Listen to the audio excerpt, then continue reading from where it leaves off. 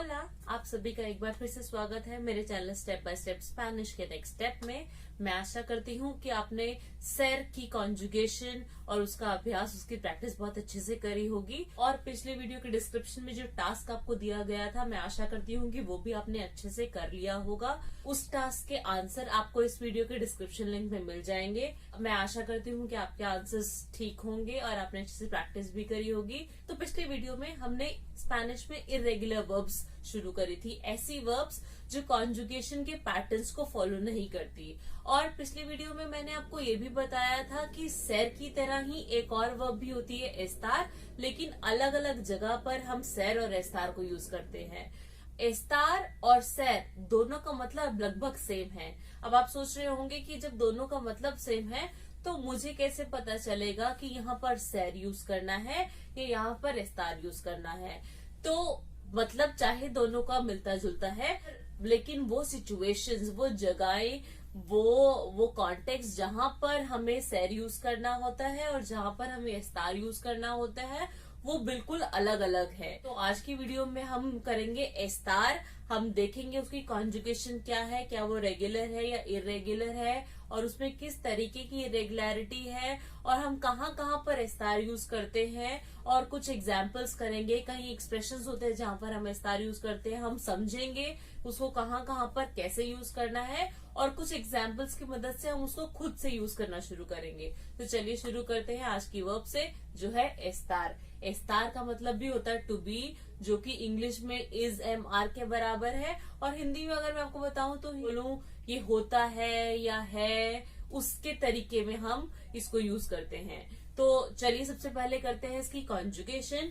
एस्तार भी सर की तरह इरेगुलर वर्ब है। इरेगुलर वर्ब का मतलब कि ये वर्ब भी सर वर्ब की तरह कॉन्जुगेशन के पैटर्न्स को पूरा फॉलो नहीं करती है। पर एक बात जो आपको ध्यान में रखनी है वो ये है कि जो सर थी वो कम्प्लीटली रेगुलर वर्ब थी। मतलब कि 6 के 6 सब्जेक्ट्स में, चाहे वो यो हो, तू हो, एले या usted, nosotros, nosotras, vosotros, vosotras, ellos, ellas, ustedes, किसी में भी सर वो पैटर्न फॉलो नहीं करती थी। लेकिन जो एस्तार वर्ब है वो फर्स्ट पर्सन इरेगुलर है। फर्स्ट पर्सन इरेगुलर का मतलब कि सिर्फ यो में जो है ये पैटर्न फॉलो नहीं करती है। वो कैसे? अगर आप आ एरे वर्ब्स की कॉन्जुगेशन देखें तो यो में होता है ओ, आस, आ, आमोस, आइस और आन। तो अगर आप कॉन्जुगेशन देखें एस्तार की तो ये मिलता जुलता है, ये भी, ये भी, ये भी, ये भी। सिर्फ पहले सब्जेक्ट में यो में ये दोनों चीजें मिलती जुलती नहीं है।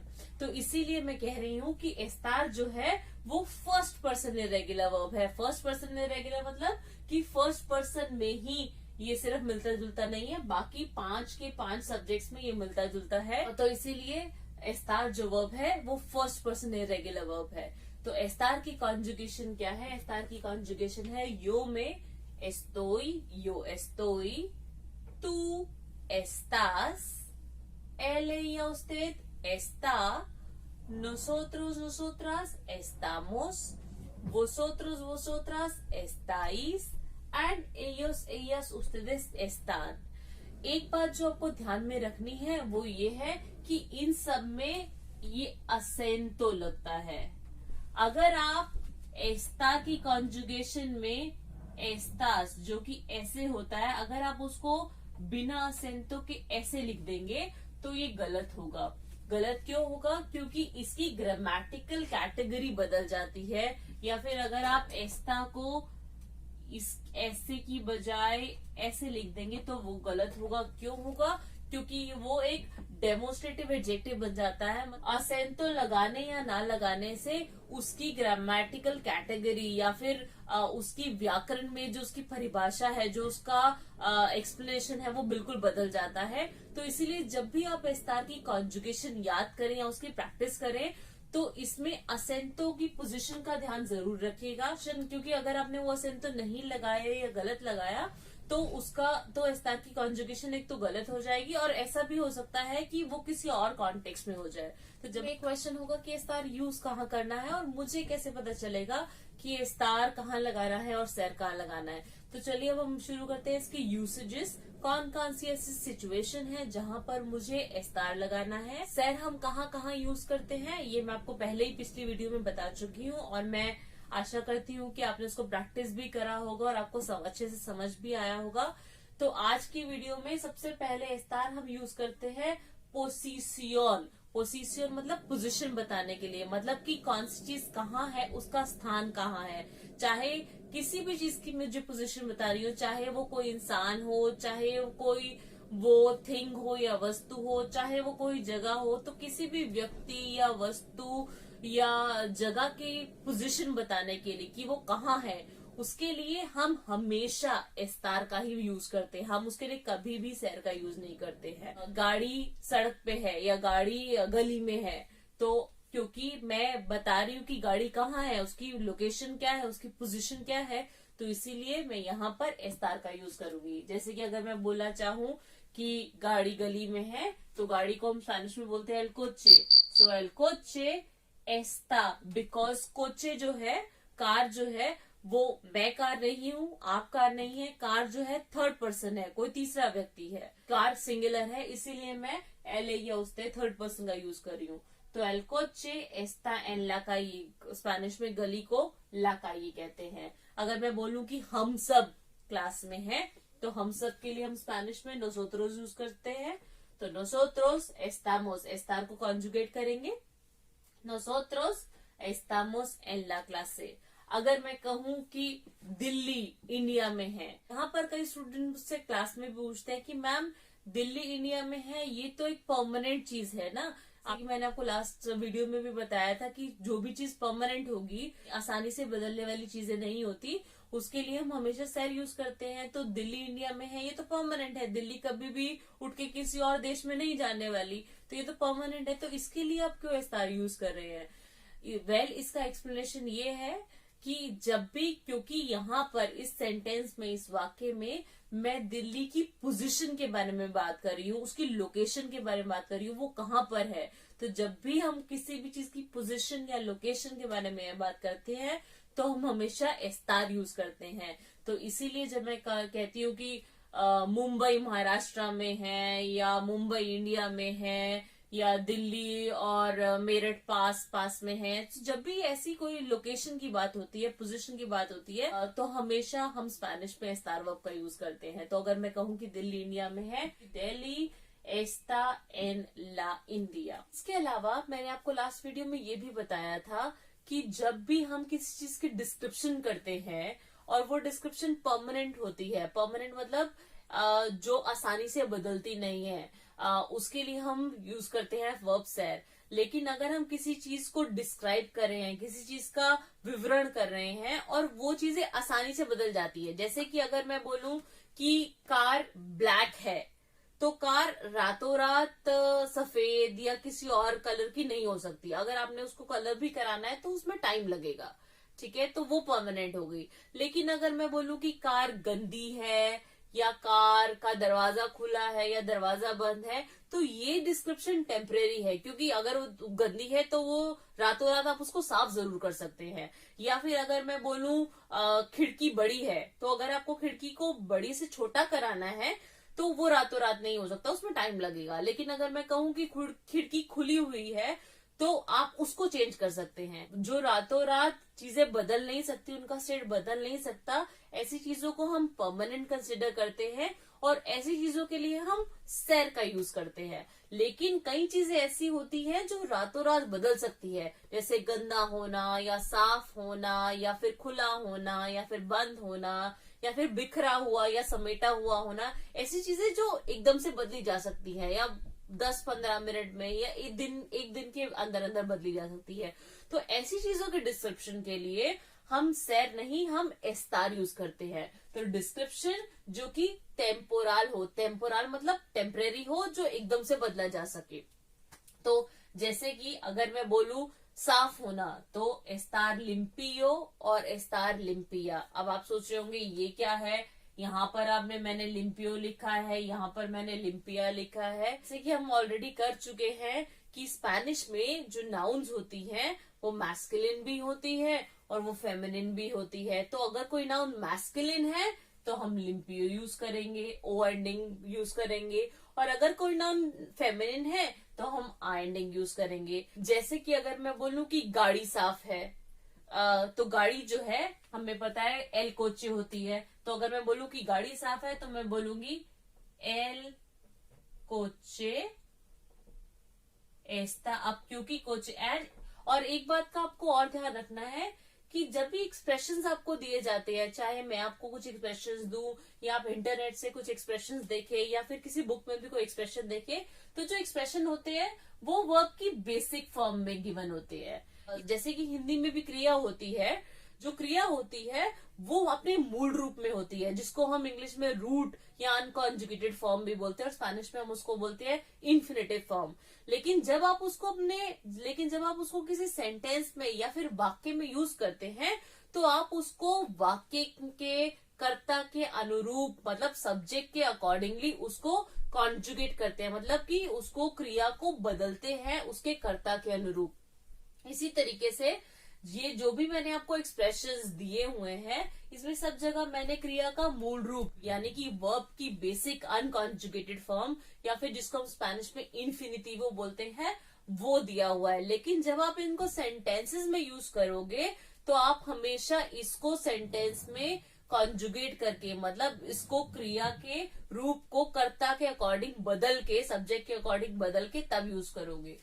फॉर एग्जाम्पल, जब अगर मैं कार की बात करती हूँ तो मैं कार नहीं हूँ, आप कार नहीं है, कार थर्ड पर्सन है, और यहाँ पर मैं क्योंकि एक ही कार की बात कर रही हूँ तो थर्ड पर्सन सिंगुलर है। तो अगर मैं बोलूँ कि कार साफ है तो कार क्योंकि ये मैस्कुलिन है तो मैं यूज करूंगी लिम्पियो। अगर मैं बोलूँ कि क्लास साफ है, अब जो क्लास होती है वो होता है ला क्लास से,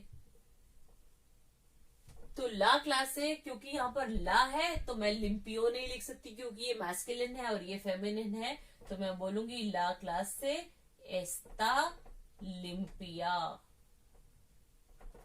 ये सब कुछ, ये एग्जाम्पल देने का मकसद ये था ताकि आप समझ सके कि मैंने ये दोनों फॉर्म्स क्यों लिखी हैं। इसका एक डिटेल्ड एक्सप्लेनेशन मैं आने वाले कुछ वीडियोस में बनाऊंगी। ये सब कुछ स्पेनिश में अत्यतिवो या फिर जो हिंदी में हम बोलते हैं विशेषण से मिलता जुलता है। ये सब कुछ मैं आने वाले वीडियोस में जरूर आपको अच्छे से समझाऊंगी, लेकिन अभी के लिए आपका ये समझना ज्यादा जरूरी है कि ओ एंडिंग्स जो होती है, जो वर्ड्स ओ में खत्म होते हैं वो जनरली मैस्कुलिन के लिए यूज करते हैं, जो वर्ड्स आ में खत्म होते हैं वो जनरली फेमिनिन के लिए यूज होते हैं। तो एस्तार लिम्पियो और एस्तार लिम्पिया मतलब साफ होना, एस्तार सुसियो और एस्तार सुसिया मतलब गंदा होना, एस्तार अबिएर्तो और एस्तार अबिएर्ता मतलब टू बी ओपन या फिर जिसको हिंदी में हम बोलते हैं खुला होना, एस्तार सर्रादो और एस्तार सर्रादा मीन्स टू बी क्लोज्ड या फिर हिंदी में जिसको हम बोलते हैं बंद होना, एस्तार ऑर्गेनिसादो और ऑर्गेनिसादा टू बी ऑर्गेनाइज जिसको हम हिंदी में बोलते हैं संभला होना, एस्तार डेसऑर्गेनिसादो और डेसऑर्गेनिसादा इसका मतलब है टू बी अनऑर्गेनाइज, मतलब सब कुछ बिखरा हुआ होना। एक बात जो आपको ध्यान में अभी रखनी है कि ऐसे बहुत सारे एक्सप्रेशंस हैं। आने वाली वीडियो में जैसे जैसे हमारा लेवल बढ़ता जाएगा, जैसे जैसे हम नई वोकैबुलरी याद करते जाएंगे, वैसे वैसे हम इस लिस्ट में और नए नए एक्सप्रेशंस ऐड करते जाएंगे। और या फिर अगर आप कुछ इंटरनेट से देख रहे हैं और आपको कुछ एक्सप्रेशंस ऐसे दिखे तो आप इसको अपनी लिस्ट में ऐड करते जाइए। मैं भी ऐसा करती रहूंगी आने वाली क्लासेस में। अभी शुरुआत में एस्तार को समझने के लिए मुझे लगता है कि इतने एक्सप्रेशंस काफी हैं ताकि आपको थोड़ी कंफ्यूजन ना हो। एक बार जब आप इसको अच्छे से समझ लेंगे आपको समझ आ जाएगा सैर कहाँ यूज होता है, एस्तार कहाँ यूज होता है। तो हम इस लिस्ट में और भी एक्सप्रेशंस ऐड करते रहेंगे अपनी वोकैबुलरी बढ़ाने के लिए और नए नए अलग अलग तरीके के सेंटेंसेस या फिर वाक्य बनाने के लिए। तो चलिए कोशिश करते हैं इन्हीं एक्सप्रेशन से कुछ नए वाक्य बनाने की। जैसे कि अगर मैं बोलूं कि खिड़की खुली है तो खिड़की स्पेनिश में होती है ला वेंताना। तो अगर मैं बोलूं खिड़की खुली है तो खुला होना होता है एस्तार अबिएर्ता, बट क्योंकि वेंताना ला है, फेमिनिन है, तो मैं बोलूंगी ला वेंताना एस्ता अबिएर्ता। अगर मैं बोलूं कि जो कमरे हैं वो बिखरे पड़े हैं, अब कमरे जो हैं वो होते हैं, एक कमरा होता है ला habitación। लेकिन मैं यहाँ कमरा नहीं बोल रही, मैं यहाँ कमरे बोल रही हूँ, तो इसको मैं प्लूरल कर दूंगी, लास habitaciones। नाउन्स को सिंगुलर से प्लूरल कैसे करते हैं इस बारे में मैं ऑलरेडी एक वीडियो बना चुकी हूँ, तो आप उस वीडियो को, जो नाउन्स वाला वीडियो है उसमें स्पेशली जो सिंगुलर और प्लूरल वाला वीडियो है वो आप अच्छे से देखिए। उसके बाद भी अगर आपको कोई भी डाउट या कोई भी परेशानी हो तो उसको इस वीडियो के कमेंट सेक्शन में जरूर लिखिएगा और मैं आपकी हेल्प करने की कोशिश जरूर करूंगी। तो लास habitaciones मतलब कमरे। अगर मैं बोलूँ कि कमरे बिखरे पड़े हैं, बिखरना होता है estar desorganizado और desorganizada, ये ला है तो हम ये यूज करते हैं, लेकिन ये प्लूरल है तो हम यूज करेंगे एस्तान। एस्तान क्यों?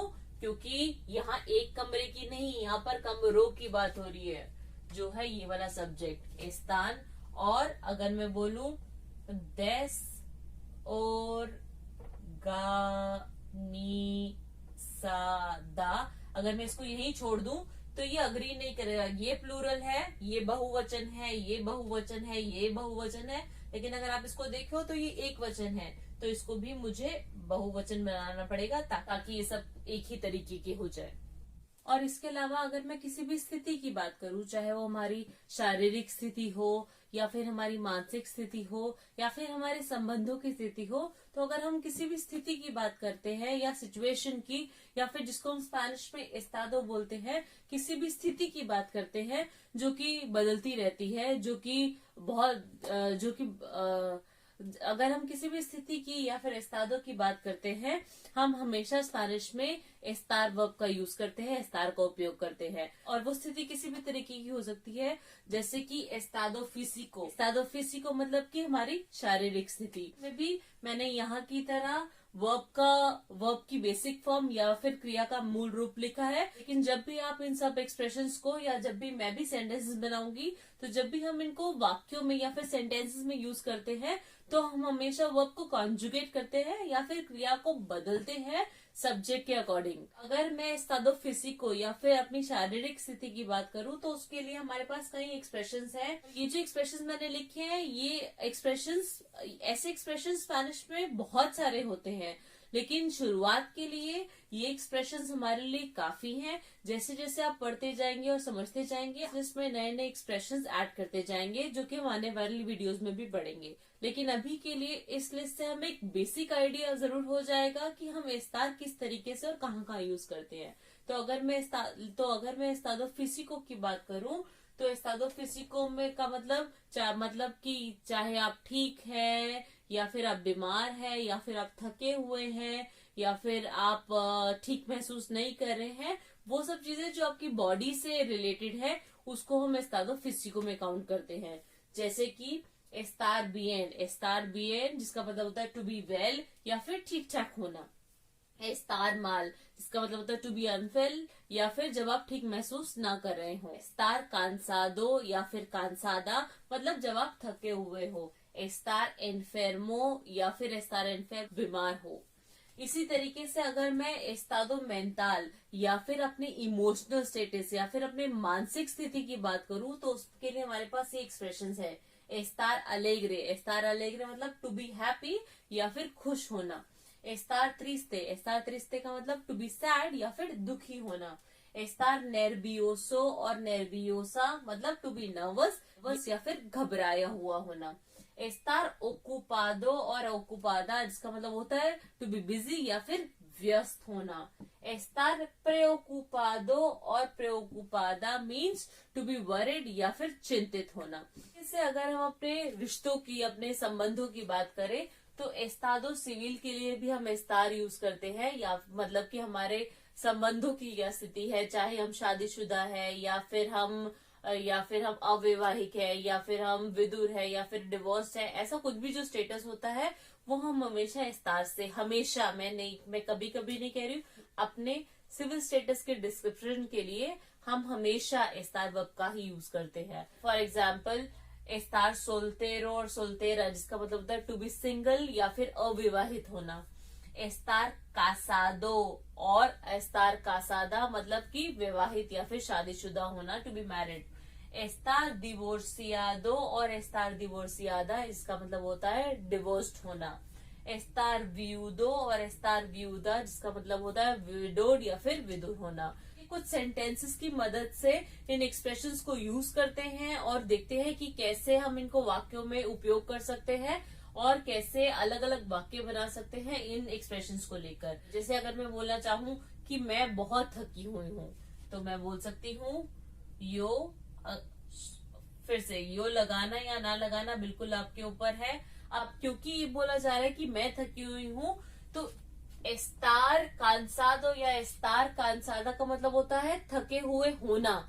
लेकिन जब आप उसको वाक्य में हिंदी में भी यूज कर, मैं थका होना है, आप बोलते हो मैं थका हुआ हूँ या मैं थकी हुई हूँ, मतलब आप उस क्रिया के मूल रूप को बदलते हैं हिंदी में भी।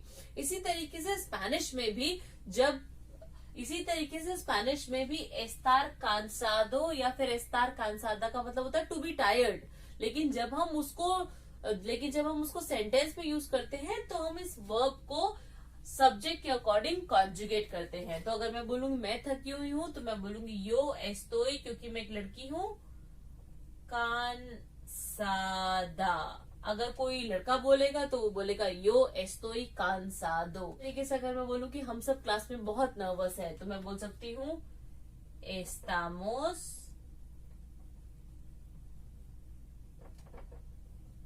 मुई मतलब होता है बहुत, वेरी, नेर्वियोसोस, क्योंकि ये प्लूरल है इसीलिए मैं यहां पर भी प्लूरल का उपयोग कर रही हूँ, एन ला क्लासे। अगर मैं बोलना चाहूँ मारिया सिंगल या फिर अविवाहित है, तो मैं बोल सकती हूँ मारिया, क्योंकि मारिया थर्ड पर्सन है, एस्ता और लड़की है तो मैं लिखूंगी सोल्तेरा।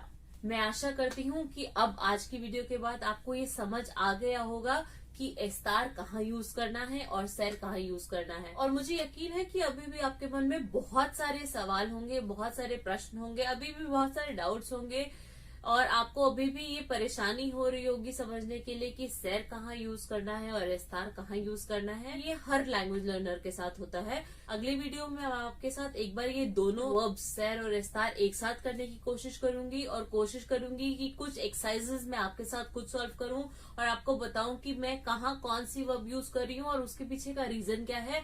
लेकिन वो सब कुछ करने से पहले ये जरूरी है कि आप सैर और एस्तार दोनों वर्ब्स को समझे, कहाँ किसका यूज करते हैं ये समझे, दोनों की कॉन्जुगेशन क्या है ये समझे, दोनों के बीच में क्या क्या अंतर है और कौन सा कब कहाँ यूज करना है ये समझना आपके लिए बहुत आसान हो जाएगा। लेकिन अगली वीडियो से पहले मैं आपको यही सजेस्ट करूंगी कि आप इन दोनों वर्ब्स को अच्छे से याद करिए। ये दोनों वर्ब्स स्पेनिश में बहुत बहुत इंपॉर्टेंट वर्ब्स हैं और इसके बिना स्पेनिश लर्न करना लगभग नामुमकिन सा ही है। तो इसीलिए अगली वीडियो में मैं दोनों को साथ में करने की कोशिश करूंगी। लेकिन अगर आपके मन में अभी भी सैर एस्तार को लेकर या फिर पिछली वीडियोस में मैंने जो भी कॉन्सेप्ट्स कराए हैं उसको लेकर कोई भी डाउट या कोई भी प्रॉब्लम या कोई भी सवाल है, तो उसको इस वीडियो के कमेंट सेक्शन में जरूर लिखिए और मैं जल्द से जल्द आपके प्रश्नों का जवाब देने की कोशिश करूंगी। हमेशा की तरह आज की वीडियो का टास्क भी आपको इस वीडियो के डिस्क्रिप्शन लिंक में मिल जाएगा और पिछली वीडियो में जो मैंने आपको टास्क दिया था उसके आंसर्स भी आपको आज की वीडियो के डिस्क्रिप्शन लिंक में मिल जाएंगे। और जाने से पहले मैं आप सबका शुक्रिया अदा भी करना चाहूंगी। आप सबने मेरे चैनल की बहुत अप्रिसिएशन करी है, आप लोगों ने बहुत एनकरेजिंग वर्ड्स मुझे लिखे हैं और आप जो जो कमेंट करते हैं मैं उस हर कमेंट को अच्छे से पढ़ती हूँ और आपका बहुत शुक्रिया अदा करना चाहती हूँ इन अच्छे अच्छे कमेंट्स का, इस एनकरेजमेंट का जो आप मुझे दे रहे हैं। और मैं कोशिश करूंगी कि अच्छे से अच्छी वीडियोस बनाऊं और उनको जल्द से जल्द अपलोड करूं ताकि आप स्पेनिश और अच्छे से समझ सके और लर्न कर सके। ही आपसे उम्मीद करती हूँ कि आप आने वाले वक्त में भी मेरे चैनल को इसी तरीके से अप्रिशिएट करते रहेंगे और अच्छे से स्पेनिश लर्न करते रहेंगे। और इसके अलावा बहुत सारे लोगों ने ये भी पॉइंट आउट करा है कि जो बोर्ड पे लिखा होता है उसको पढ़ने में थोड़ी सी उनको मुश्किल होती है। तो आज की वीडियो से जो भी मैं बोर्ड पे लिखूंगी वो सब कुछ एक नोट पैड में डालकर एक वर्ड फाइल बना के इस वीडियो के डिस्क्रिप्शन लिंक में डाल दूंगी, ताकि अगर आप कुछ भी बोर्ड से नोट्स बनाना चाहें या फिर कुछ और भी अपनी तरीके से उन नोट्स पे ऐड करना चाहें तो आप वो कर सकते हैं। हमेशा की तरह आपसे ये उम्मीद जरूर करती हूँ कि मेरे चैनल को लाइक, शेयर और सब्सक्राइब करना मत भूलिएगा। मिलती हूँ जल्दी ही आपको अगली वीडियो में। आदियोस।